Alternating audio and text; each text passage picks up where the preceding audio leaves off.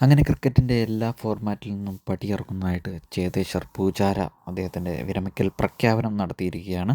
37 വയസ്സുകാരനായ പൂജാര എല്ലാ ഫോർമാറ്റിൽ നിന്നും വിരമിക്കുന്നു എന്നുള്ള ഔദ്യോഗിക പ്രഖ്യാപനമാണ് ഇപ്പോൾ നടത്തിയിരിക്കുന്നത്.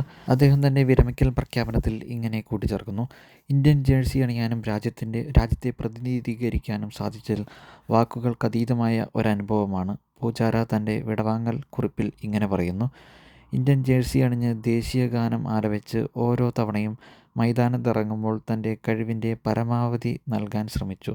അത് എത്രത്തോളം വലുതാണെന്നും വാക്കുകളാൽ വിവരിക്കാനാവില്ല.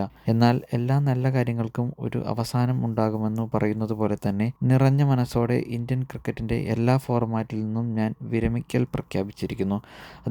അദ്ദേഹത്തിൻ്റെ വാക്കുകളിലൂടെ ഇങ്ങനെ പറയുന്നു. പൂജാര ഏറ്റവും കൂടുതൽ കളിച്ചത് ടെസ്റ്റ് മത്സരങ്ങളായിരുന്നു. അദ്ദേഹത്തിൻ്റെ അന്താരാഷ്ട്ര ക്രിക്കറ്റിലെ തൻ്റെ കരിയറിലെ ഇന്ത്യയുടെ ഏറ്റവും വിശ്വസനീയമായ ടെസ്റ്റ് ബാറ്റ്സ്മാൻമാരിൽ ഒരാളായിരുന്നു പൂജാര. 103 ടെസ്റ്റ് മത്സരങ്ങളാണ് അദ്ദേഹം കളിച്ചിട്ടുള്ളത്. 43.6 ശരാശരിയിൽ 7195 റൺസാണ് അദ്ദേഹം സ്വന്തമാക്കിയത്.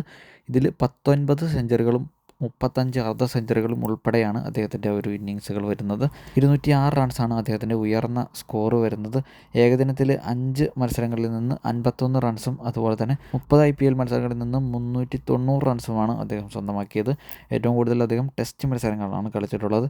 ചേതേശ്വർ പൂജാര അദ്ദേഹത്തിൻ്റെ വിരമിക്കൽ പ്രഖ്യാപനം നടത്തിയിരിക്കുന്നു. അപ്പോൾ ഇതുപോലത്തെ ഡെയിലി അപ്ഡേറ്റിനായിട്ട് നമ്മുടെ ചാനൽ സബ്സ്ക്രൈബ് ചെയ്യാൻ. ബൈ.